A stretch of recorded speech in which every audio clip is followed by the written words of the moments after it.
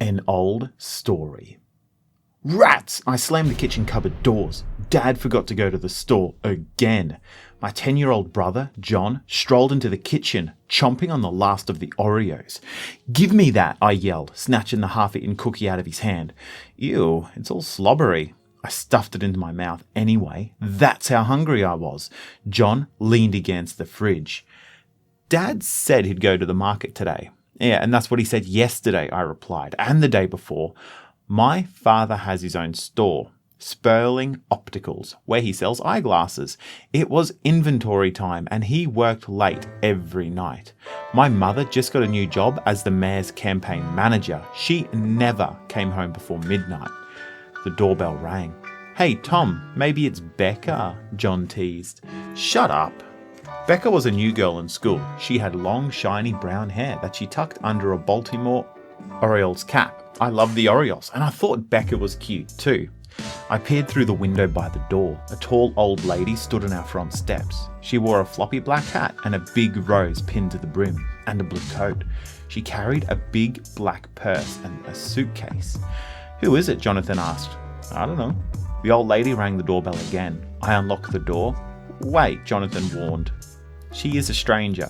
She's just an old lady, I said to Jonathan. What can she do to us? When I opened the door, the lady's face lit up.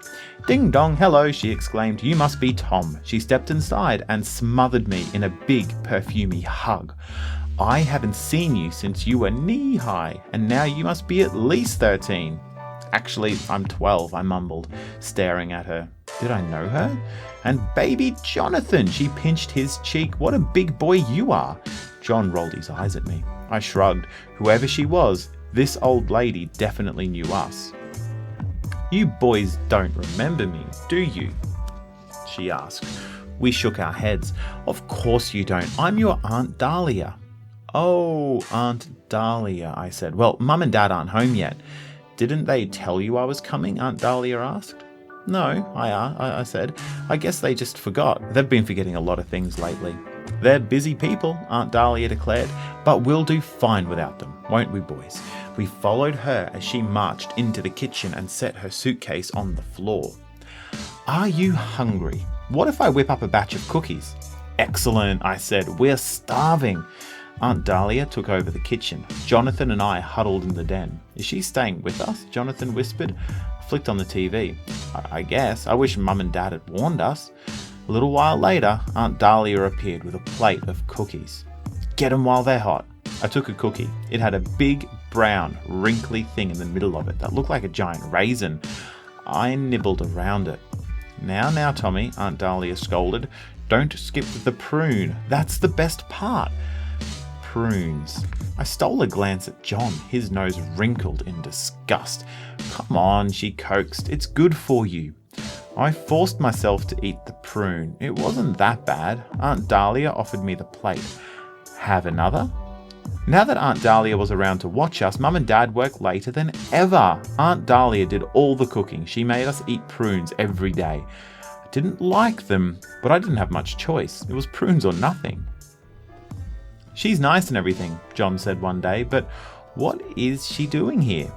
I didn't know, but we were about to find out. I felt strange when I woke up Saturday morning, a little achy. My legs felt stiff when I got out of bed. I went to the kitchen for some cereal. Mum and Dad had already left for work. John trudged into the kitchen all hunched over. Oh, my aching back, he moaned. I stared at him. His pants were hiked up high on his waist. His stomach was sticking out like he had a little pot belly. But John had always been really skinny. He waddled over to the fridge, and that's when I noticed it. On top of his head, right in the middle of his normally thick, curly black hair, was a big bald spot. John, what happened to your hair? I asked. He cupped his ear. What did you say? I can't hear you too well. What happened to your hair? I repeated. John reached up to pat the top of his head. My hair? What do you mean? What's wrong with it? You have a big bald... I stopped, because now he was staring at me in a really weird way. Tom, he began, when did your forehead get so big? My hand flew up to my forehead. Normally there was hair there, curly black hair, just like John's. but all I felt was smooth, bare skin. I raced to the bathroom mirror. When I saw myself, I gasped. I was going bald, and what was that? Grey hair? It was 2 patches of grey hair on my temples. What is going on? I cried. I tugged at my hair. A clump came off in my hand.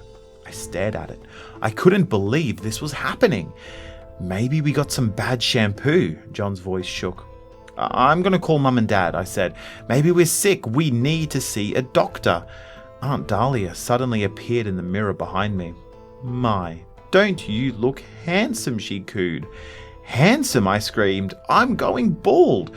I tried to push past her. I had to call Mum and Dad, but she blocked my way, gripping my shoulder. She was pretty strong for an old lady. Don't bother your parents, she warned. There's nothing to worry about. But the doorbell rang. I'll get it, Aunt Dahlia chirped. She scurried off to answer the door. In a few minutes, the house was filled with old ladies, Aunt Dahlia's friends. They've come for a game of bridge, Aunt Dahlia explained, and we're going to teach you boys how to play. I can't, Aunt Dahlia, I protested. I've got football practice this afternoon.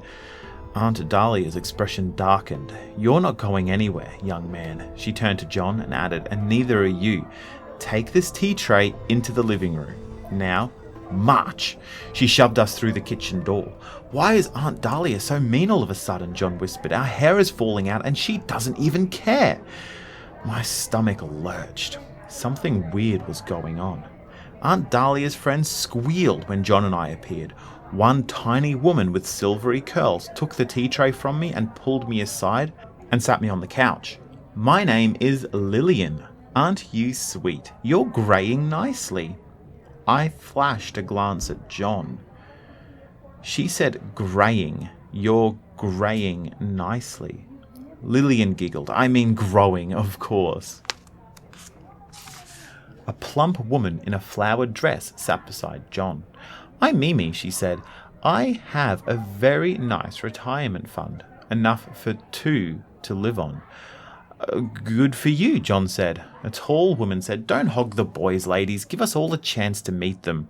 Just wait your turn, Martha. Lillian clasped my hand and smiled at me. Aunt Dahlia brought in a plate of sandwiches. How is everyone getting along? Splendidly, Mimi replied, giving John's hand a squeeze. Boys, I'm out of milk, Aunt Dahlia said. Would one of you please run to the store for me? I will. John and I both jumped up at the same time. I said it first, I cried. I raced out of the house and I remembered my bald head. What if I ran into someone from school? I sneaked back inside and grabbed a baseball cap to cover it.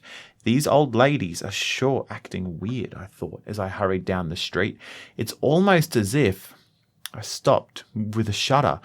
The thought I had just then was too weird, but I couldn't shake it. Those old ladies are flirting with me, I realized. Yuck! Maybe I should run for it, I thought, but I remembered John, helpless with all those old ladies. I couldn't do it. I couldn't leave him alone like that. The bell on the door tinkled as I entered the store. I grabbed a quart of milk and set it on the counter. We have a special on antacids if you're interested, the cashier said. Senior citizens discount. I stared at her. Senior citizens. No thanks, I muttered. I paid for the milk and left. Outside, I glanced at myself in the shop window. My face, I screamed. It was covered in wrinkles. Maybe the glass in the window was warped, I thought. Maybe my eyes were playing tricks on me. I squinted and stared harder. I looked horrible. My skin was all wrinkled up. My hair was grey. My head was practically bald. My eyes were yellow and bloodshot. I was turning into an old man. I began to shake. This can't be happening, I thought. I'm only 12. I shouldn't be old for like another 60 years.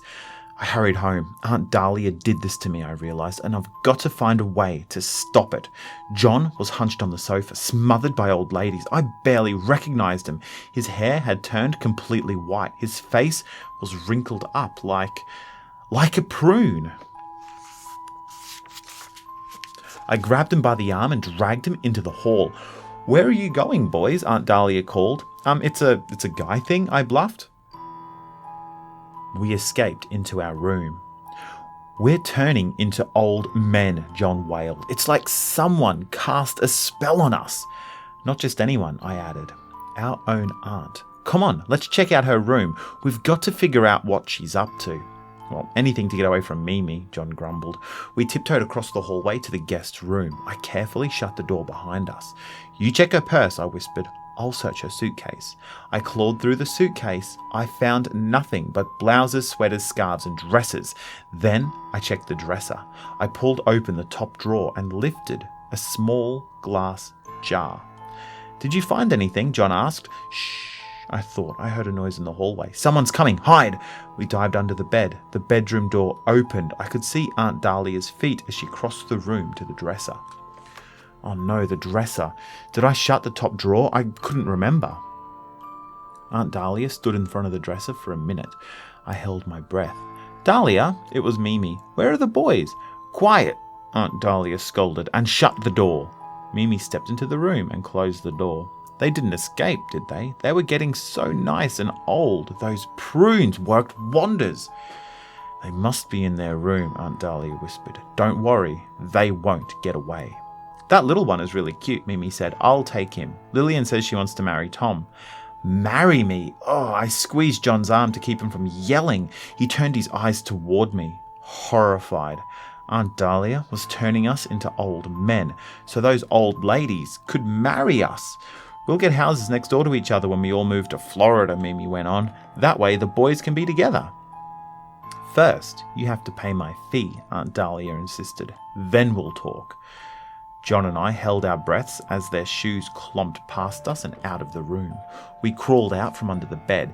Did you hear that? I whispered. Aunt Dahlia is selling us to those old ladies. She's turned us into old men so they could marry us and move to Florida. John pointed to the small glass jar I still held in my hand. What's that? He demanded. I squinted at the label. Most of the writing was too small to read. Then I saw the words, anti-aging wrinkle cream. Maybe it'll help our wrinkles, I whispered. John grabbed the jar and opened it. He rubbed some cream on his face. Like magic, the wrinkles instantly began to disappear. That must be the antidote, I cried. We found it. We can turn ourselves young again. Aunt Dahlia burst back into the room. There you are, she shouted, reaching for the jar. Give me that. No way. John clutched the jar and darted into the bathroom. I dashed in behind him and locked the door. Aunt Dahlia pounded on the door. Open up. Give me that wrinkle cream or you'll be sorry.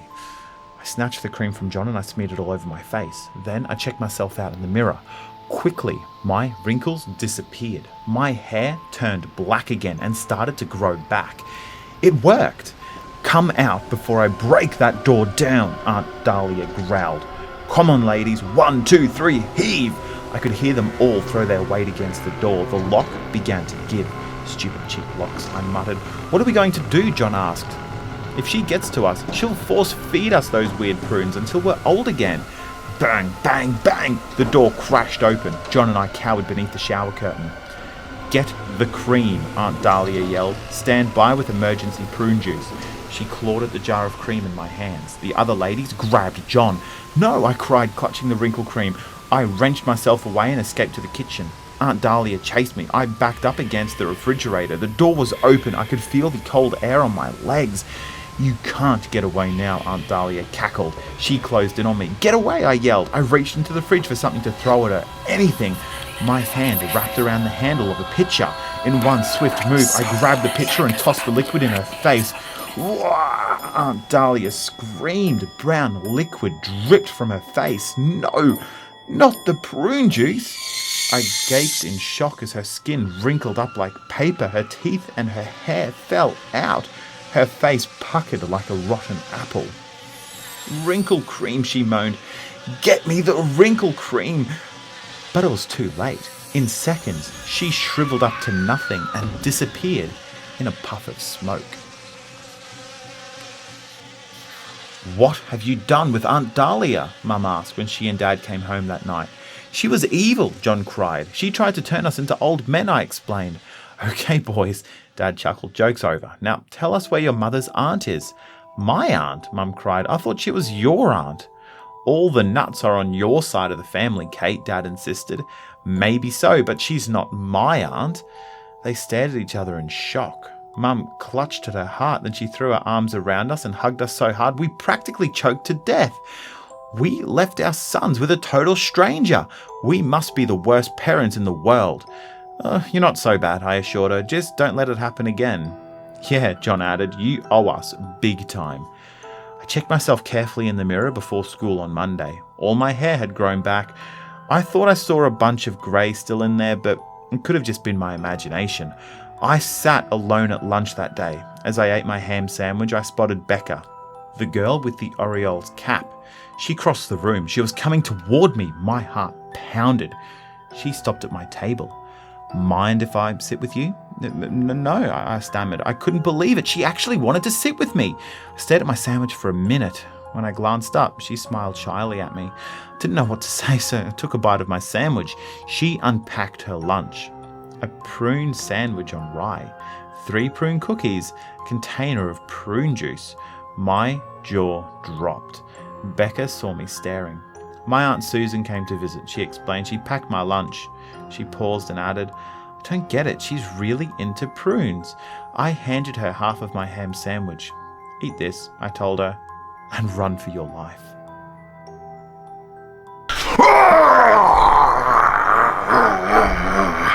Just kidding, guys. It's just me. Hey, look, if you are after more chills, thrills, and... Did I mention chills? Please subscribe to the Leftovers channel. I'll be doing a whole bunch more super spooky material, especially the Goosebumps book reading. I've tracked down every single one of those 10 tales to give you goosebumps, and I will be reading each story. So subscribe, hit that little bell icon so you can keep getting notified. You know how the system works. And yeah, tune in next time for some more Leftovers from the Leftover Culture Review.